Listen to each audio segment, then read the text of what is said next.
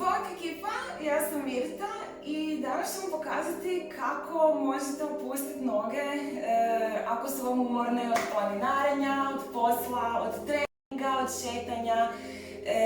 Samo vam treba zid i krevet ili pod. Ležit ćemo na pod i noge ćemo staviti na zid.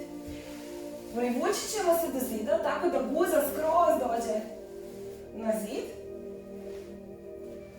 I noge ćemo ispružiti na zidu u zrak. Noge mogu biti skupljene, mogu biti raširene. I ovdje možeš ostati 10, 15, 20 minuta, možeš uzeti knjigu u ruke pa ju čitat, možeš odgovarati na mailove, ruke su ti slobodne. Ovaj položaj koji jako povoljno djeluje na donji dio leđa i na pukove, ali pogotovo na noge, rasterećuje noge i evo, ponavljam, ako ste hodali cijeli dan, stajali, noge vas bole od posla, od trčanja, šetanja, od bilo čega, onda je ovo odlična vježbica, odnosno odličan položaj za opustit se. Probaj odmah noge na zid, pročitaj neku dobru knjigu ili neki dobar članak u 15-20 minuta i javi kako se osjećaš nakon toga.